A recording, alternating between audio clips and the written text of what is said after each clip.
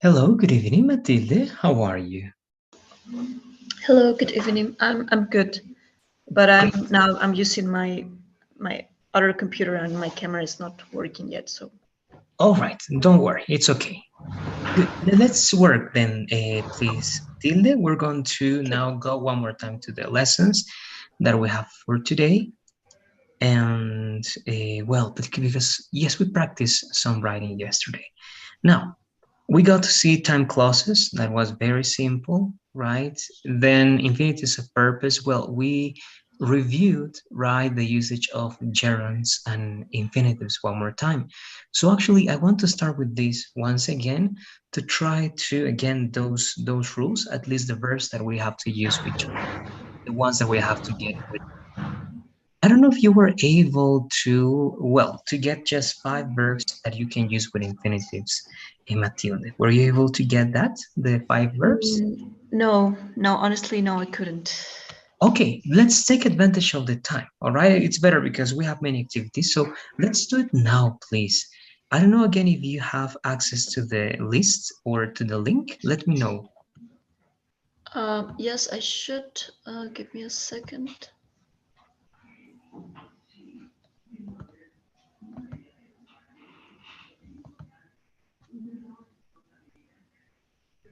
Okay, now, just in case, I am going to send the link also.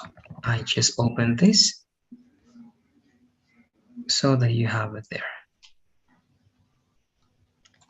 I found it. Yeah, I have You got it. it? Okay, great. So please, let's spend, I don't know, 1 to 2 minutes. Okay, you let me know. 2 minutes and try to choose five verbs and try to do the same as I did. Try to just take a screenshot, right, and cut that part. Or what you find that is easier for you. You can just select the information, but please have that information ready in our document, okay, on Google Docs, so that Okay. it's right there and you can take a look at that. Okay. Okay, so in 2 minutes, I ask you if you got it or you let me know when you finish. Yeah, I'll let you know when I'm finished. Yep. All right.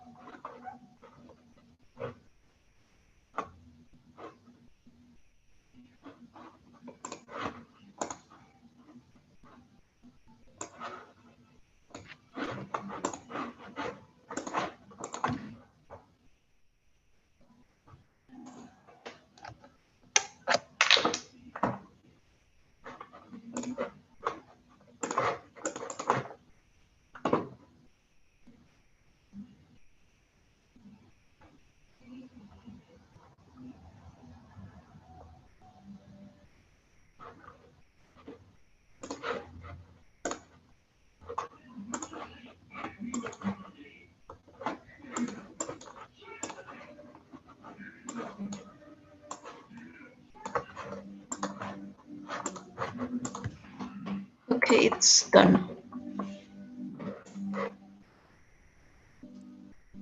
So we're going to start. Let me disconnect this one.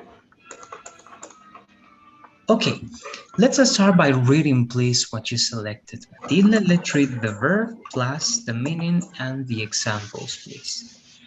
Okay. Yeah. Can or can't afford to permit. I can't afford to spend time doing this. Need Great. to have to. We need to think about this some more.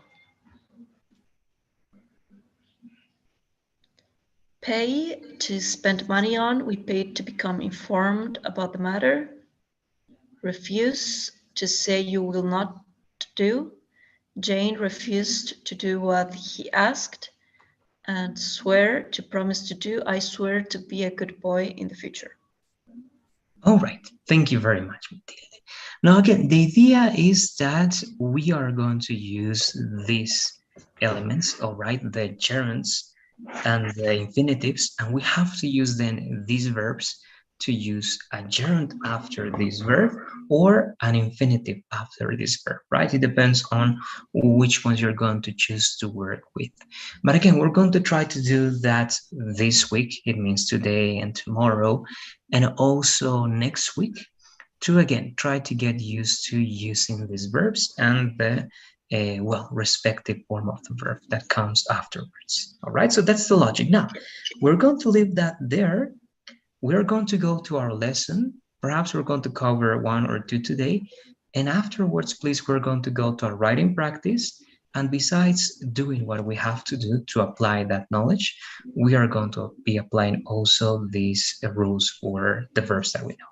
Okay, so let's start with the lesson. It's a very simple one. Models of necessity. So how do you express necessity in English, Matilde?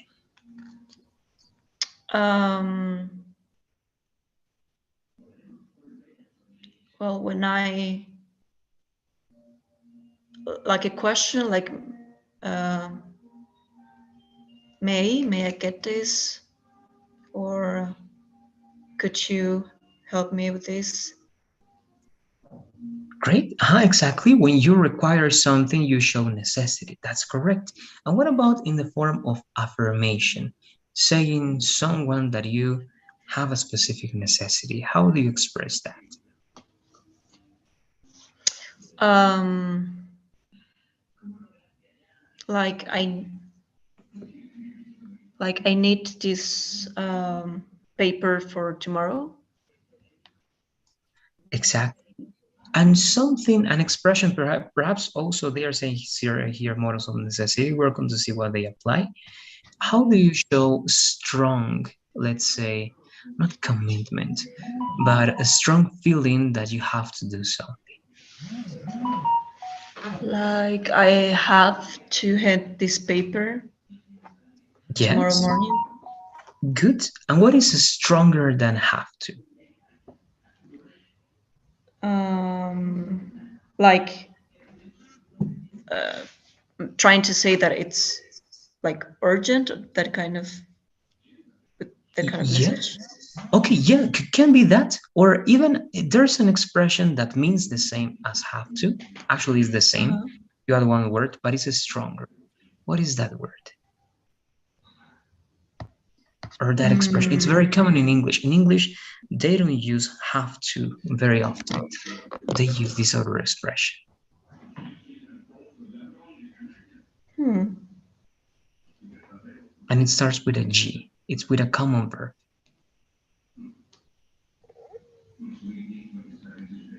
What could it With be? a G. Only three letters. And it's the verb, one of the most common verbs that we got. Actually, okay, it's the one that I said, okay, got, right? But not just got, Okay. but I have got to, right? Got, Okay, yeah. right? So that's a stronger. So you have to, then you have got to. And what's even stronger than those two? Have to, have got to. Mm, Uh-huh. The last one is related to very strong necessity that even is obligation in different contexts.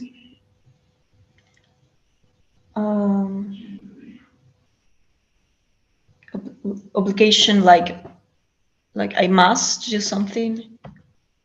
Good. So that type of obligation, if you realize, it can also show a very strong necessity. It depends on how you express that idea, right? It's different if you say, I must pay to continue, than when you say, I must have that thing. All right. So it's like a necessity. In this case, it's a created necessity. When you say, for example, I must have it, but you're expressing in a certain way that there's a strong necessity to have something in a specific, that it's not obligation, but you need that or sorry, you feel that you need it. Okay, so I'm showing that idea because actually this lesson, Matilde, how Pearson is showing this, is proposing necessity using these three elements. And here you already have the answer for this question, right? So it says, organize these sentences in order of priority, right? Which one is stronger? So what do you say? It's the thing that we just said. Yeah, I would say must. Good.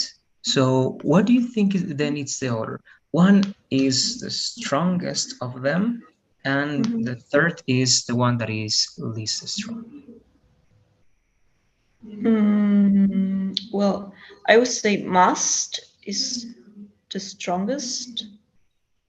Good. And we already said that I've got to is stronger than have to. Exactly.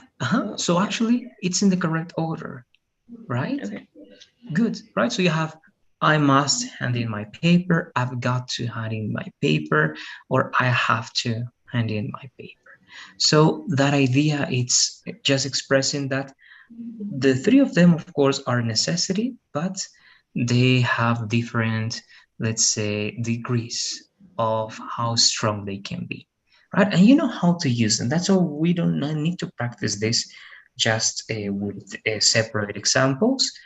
But I just want you to try to give me, perhaps, yes, we're going to work with examples, but directly to, again, things that are real. So you have to, not have to, you have got to, and you have must or must not and cannot, right? All those. Let's have all those possibilities. So how can you express then a necessity? What is something that right now, perhaps not right now, but in the present, okay? This period of time, today, this week, this month, something that you believe that you need to do, that you need to be, that is a necessity for you, that you can express with any of these models. Matilde, what do you say? Okay, an example?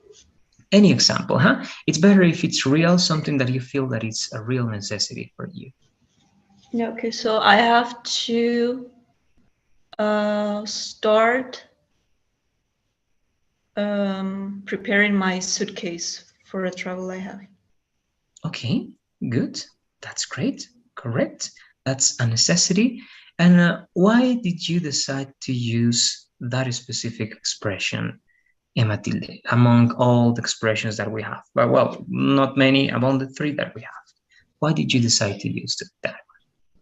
Because I mean, it's urgent, but I could do it tomorrow. So I have to do it, but it's not that I have to do it like right away. Okay, great. That's great logic. Now, again, pretending perhaps we don't have urgency, right, every day. Well, it doesn't happen. Sometimes it does. I don't know if you're in that situation. If you are, tell me what is a very, very strong necessity that you have today, these days, this week, this month, that you can use with the strongest word. With must, I must.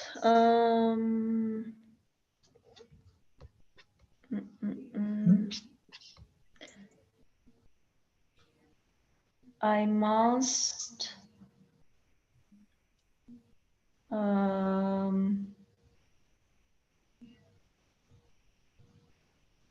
I must fix my computer. Okay. All right. Good. So you feel that it is a very strong necessity for you, right? Because Yeah. of certain reasons, right? What reasons can or would make you say that, Matilde? What do you say? What are the reasons or the ideas supporting that belief? Because it's not, I mean, I use my computer for work, so if it's not working, it's really uncomfortable. And Okay. I have to fix it. Yeah, and tomorrow is Friday, so if I want to fix it, I have to ask my colleague, and he only works in the morning, so yeah, it's pretty urgent to do it. Okay. Okay, great. Again, right? It's always going to be dependent on, well, the level of necessity that you got. And if it's related mainly to your job, right? It's, well, in most of the cases, right? Something very important. So, again, I don't want to spend a lot of time here because we know these expressions, we know how to use them with obligations or necessity. So perhaps we don't need to, again, pay a lot of attention to this one. I want to go to the next one before we can work on our practice. I don't know if you have questions about this, Matilde. No, I think it was clear. Okay, right? It's simple. Mainly, again, as I told you, with most of these ones we're going to be reviewing. So that's what we did. Now let's go to the next one. And this one. This is interesting. It's very simple.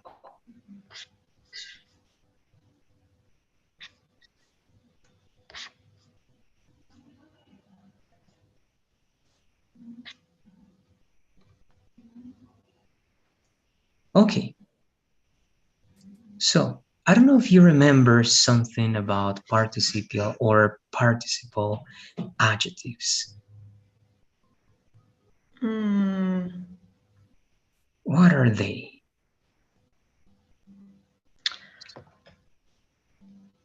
I don't remember by that name specifically, so I think I might need a hint. Okay, so you have many types of adjectives, but these particular adjectives are the ones that can have two specific forms.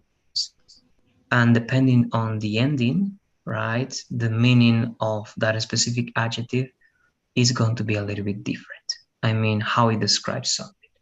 So, what do you remember about adjectives that, if you change the ending, can have a different, perhaps, a meaning or way of using or them? Hmm.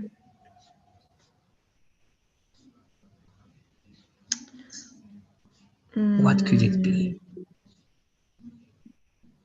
And the ending, it's very, very common because it's the same ending that you use with some verbs that can make you say sometimes or believe that it's in past or in present. But in this case, the adjectives are not in uh, past or present. okay. Let me think. Like, let me think of example. Uh,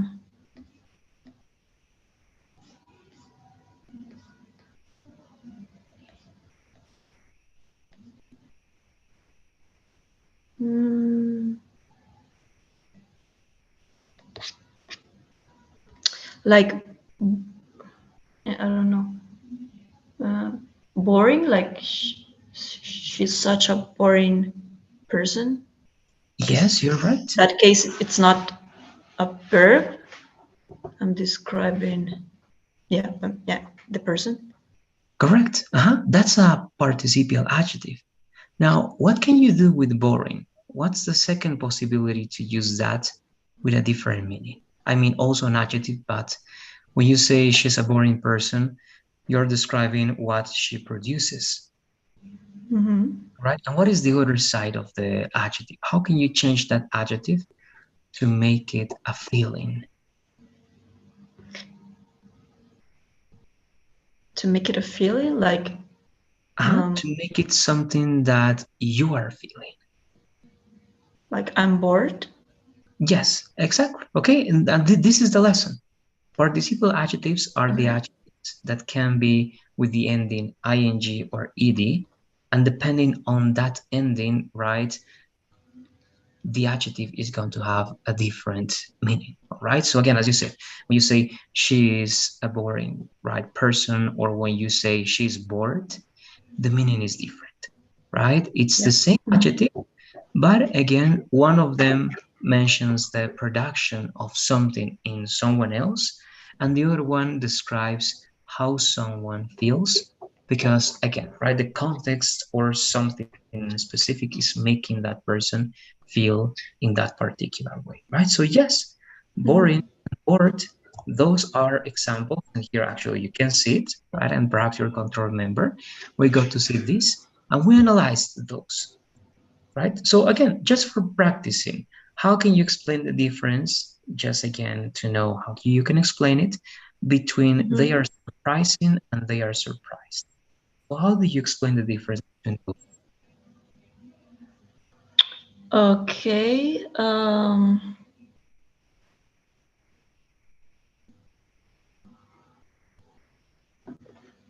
Hmm. Well, they are surprised. I would say it's the yeah. I mean, they're surprised about something. So they're surprised because of they're surprised because it was a great party. I don't know, and they are surprising. It's referring to them like they're surprising. They're so fun to be with. Um, Okay, yes, that's great. Exactly, right? They are surprised. It's because something else produced that on them. And they are surprising, it means that they produce that, right, on someone else.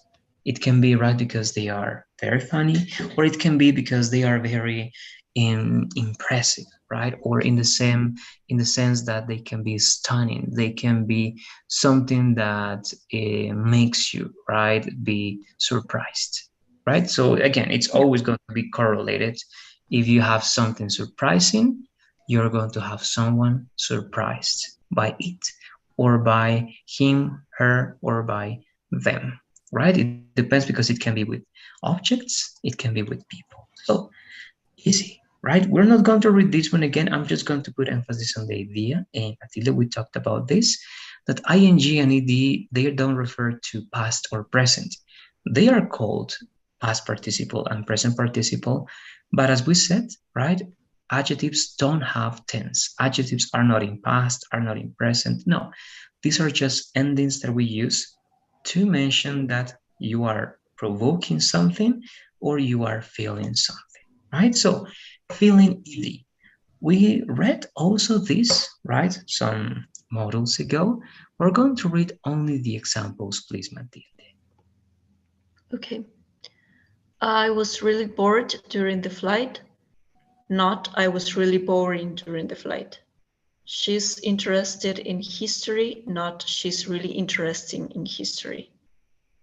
John's frightened of spider, not John's frightening of spiders. Good, thank you very much. So again, the idea is that they feel that, right? They are not producing that. They are not causing any effect on someone. They are feeling something that someone else or something is else, sorry, is producing on them. Now, causing is with ing, right? So it's going to be the opposite. So one more time, please. Let's read these three examples with ing. Okay. It was such a long, boring flight, so I was bored. I read a really interesting book about history, so I was interested.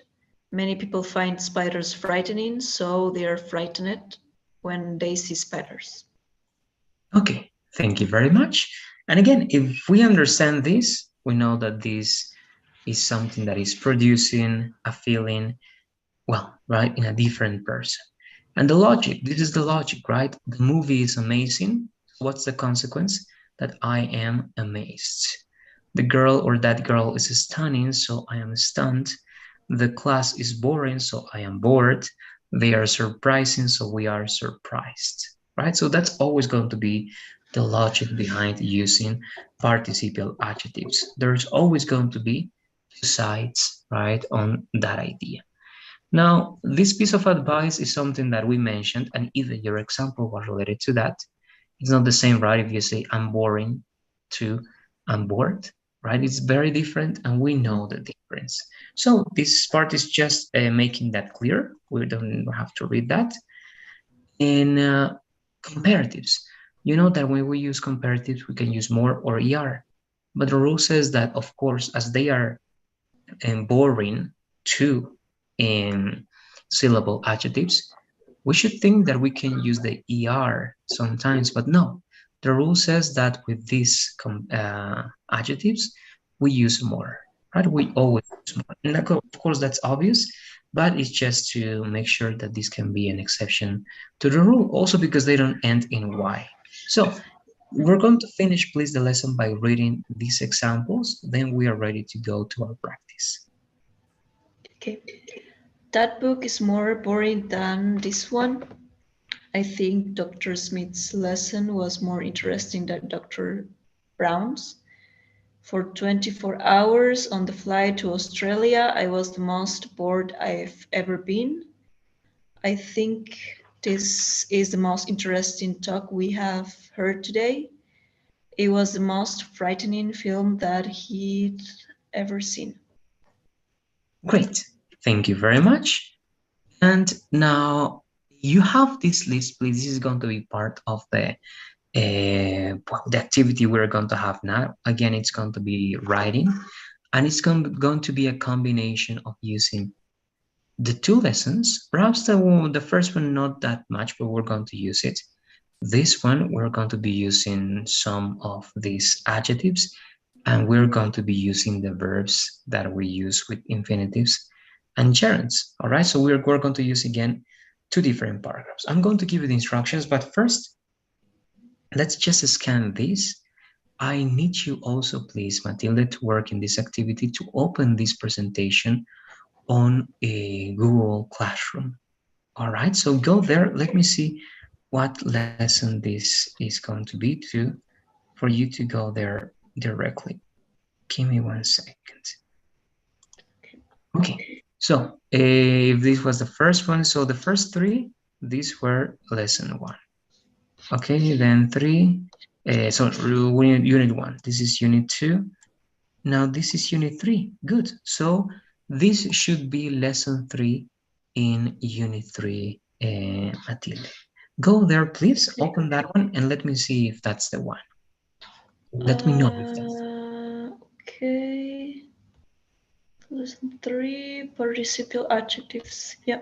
Yeah, good. There you go. Now that you have that, again, I'm just going to read some of these adjectives because you are going to pick some of them to again apply them.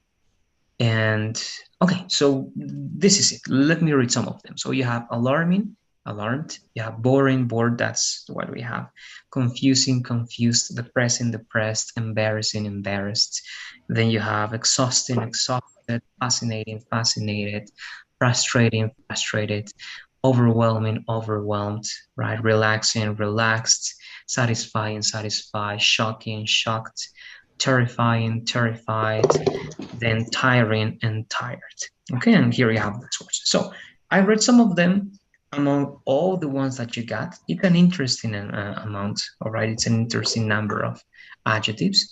So first, before going to the activity, here, these are only examples. We don't need to read it.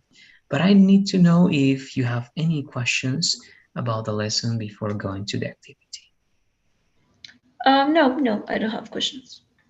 Okay, thank you. Now let's then go to the activity. I'm going to stay here. All right, you are already in the file. We can go to the file, please. And over there, remember, well, actually, let's give directly the instructions. Paragraphs, but now we're going to do it as we did yesterday. First, only one paragraph. All right, in this paragraph, again, we are going to be expressing in a certain way. And again, I cannot give a specific thing for you to write because to apply this, you need to be a little bit creative to see how you're going to apply all these words. Because if I tell you something in specific, I'm going to limit the words that you can use, and it's sometimes very hard to try to use one word for something very specific. So again, being very, all right, very creative, try to use the first paragraph to talk about the necessity of doing something. Okay, for example, you were talking about, let me remember, fixing your computer. Okay, so you can try to look for that type of context. Okay, Mhm. fixing your computer, repairing it. Now, a necessity that you have, or two things that you consider that are a necessity for you, so you can apply the first presentation. Then you give some description for that situation in which you are, right? How do you feel because of that situation? It can be like that. And you can describe the situation using some of these adjectives. Okay, so you're going to try to use for the first paragraph 2 or 3 adjectives. Try to use at least one of each, all right? One of, with ing, one with ed. You can use Okay. two one type.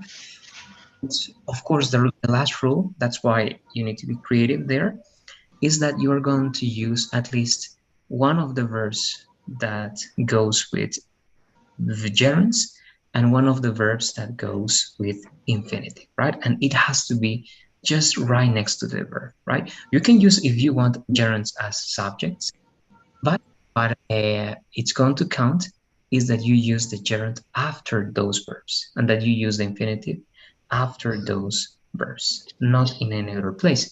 You can do it, but that's not going to be perhaps taken into account in the sense of seeing what you were able to apply.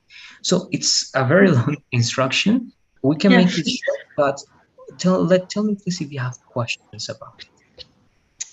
Okay.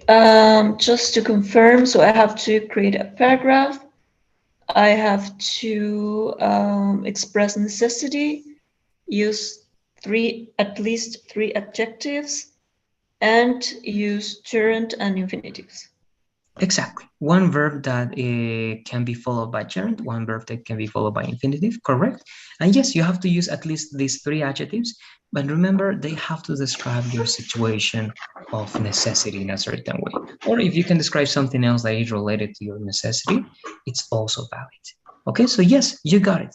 That's it. I don't know if you have perhaps something, well, to comment or doubts. If you do, let me know. If not, let's have the usual 5 minutes for this paragraph, 5 to 6, and we check that one. Okay? So what do you see? Yeah, okay. Good. So Yeah. are you ready? Are you on the within the file, ready to start? Yeah, I'll just check if I have the presentation Good. with the adjectives. I don't know what happened.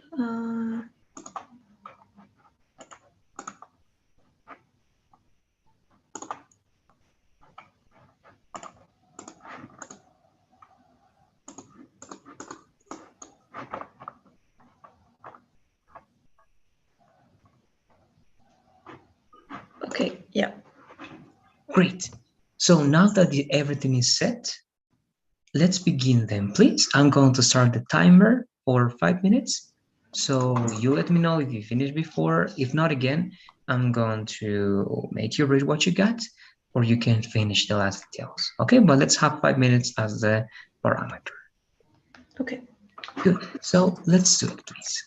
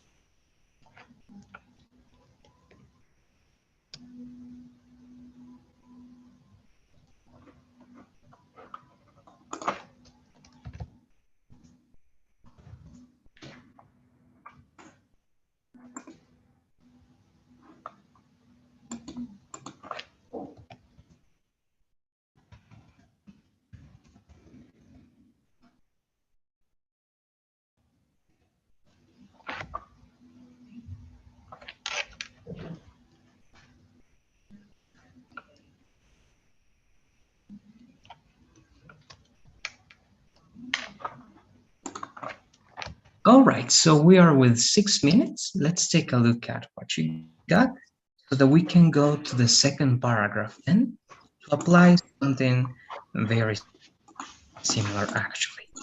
Now, Okay. let me go there.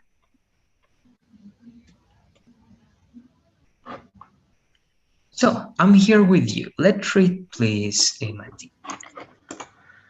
Okay, so I have so much work to do. I feel overwhelmed with the amount of things I have to accomplish before I travel.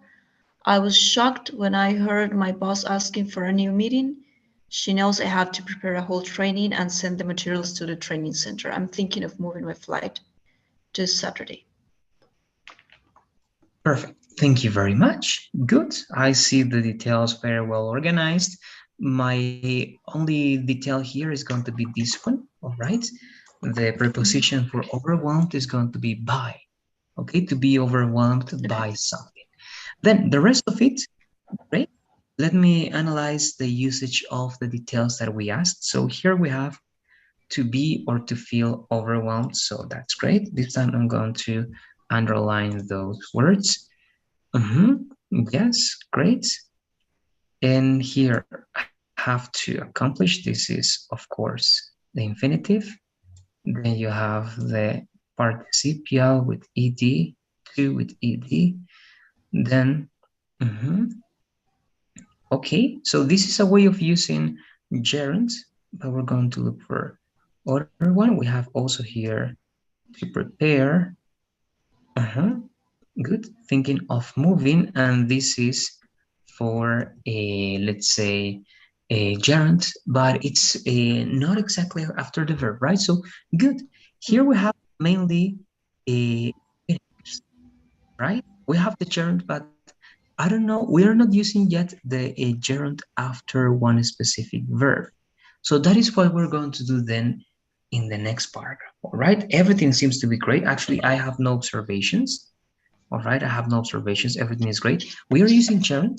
That is great, but we are not using it after the verbs that we have over there. Okay, so we're going to try to use those verbs to use them like immediately after, rather like when you say, I enjoy playing, recommend, going, right? Without anything in the middle, like the possessive words that we got. Let's try to use only the just right next to the verse. So this is great. Again, no observations. I believe that everything was used in a perfect way. Now let's go then, please, Matilde, to the second paragraph. It's going to be with the same idea. We're going to express another necessity. And in this one, you're going to, as you're saying, have, well, actually in the second part, have to.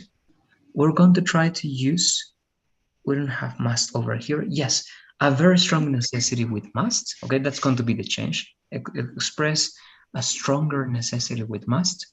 Let's keep using the adjectives to describe. Uh, you can also use, in this case, the adjectives that produce. Here you were using mainly the adjectives to feel, right? Overwhelmed, shocked, and that's great. So do that, but try to use this time only one ed adjective and two ing adjectives. And also, instead of looking for verbs with infinitive, in this case, we are going to use for two verbs that are with gerund. All right, so that's the difference. I don't know if you have questions about that, Matilde. Let me know. Okay, so I have to use must, the ing form of the adjective, Correct. and And two verbs also, that are followed by a gerund. okay, Exactly. verbs Good. followed by gerunds. Okay. There you go. So let's do it, please. And we're going to see the difference. Actually, it's going to be an interesting difference because here we have ed and infinitive, right? And in the next one, we should have just ing, right? Ing. But some of those ings are going to be adjectives, and some of them are going to be gerunds after verbs. Okay, and it's going to be interesting to Okay. see the difference. So let's do it, please. One more time, let's have 5 minutes and we check. Okay. Okay. Great. So I'm starting with the clock. Okay, okay.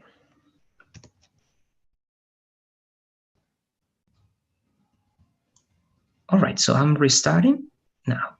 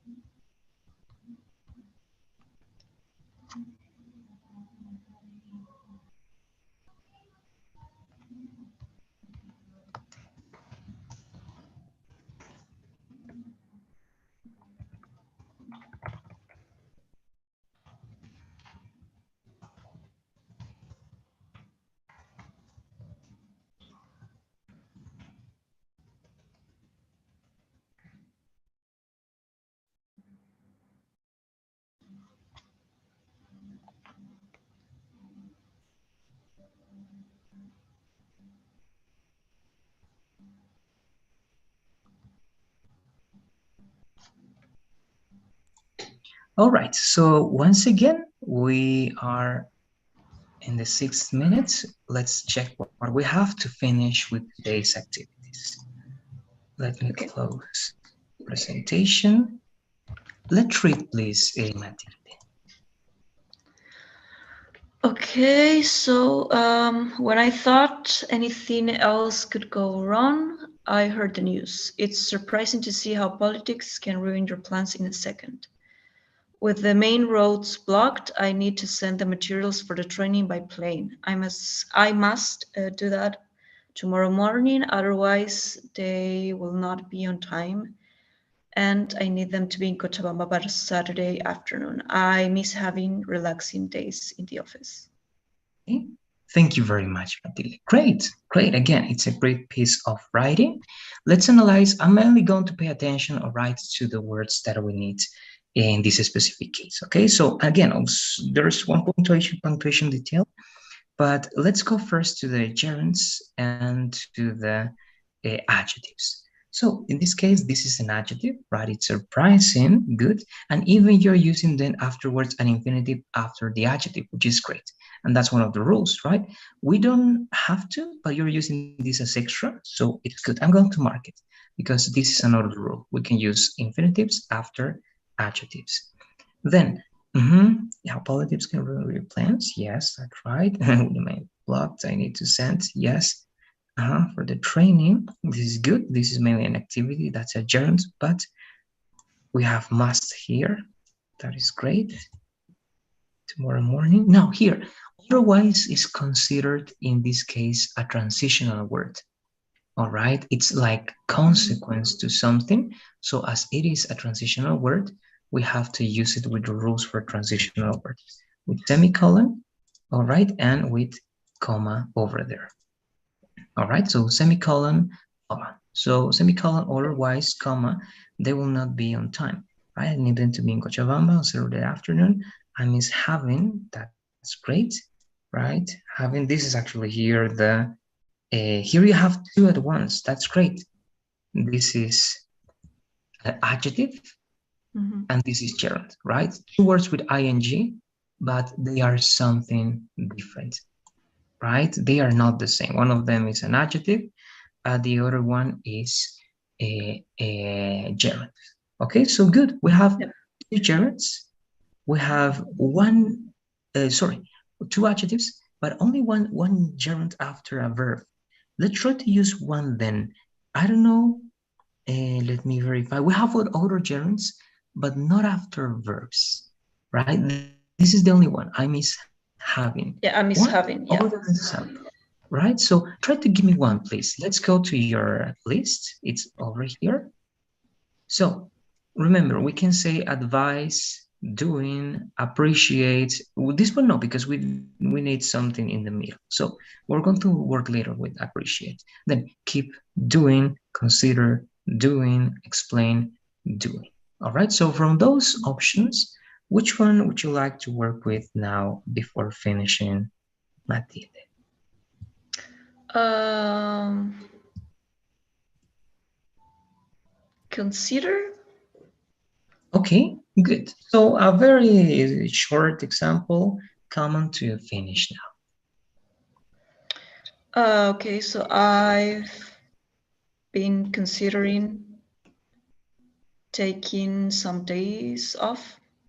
Okay, yes, that's great. That's a great example. It's correct. And remember, if we say consider to take or consider take, it's incorrect grammatically speaking, right? And in any international test, that can be penalized. But in this one, right, we work without any problems with gerunds after those words. So that's it. That's it for today. I don't know if you have questions or comments before finishing. Matilde, in the meantime, I'm sending the survey. Let me know, please. Okay.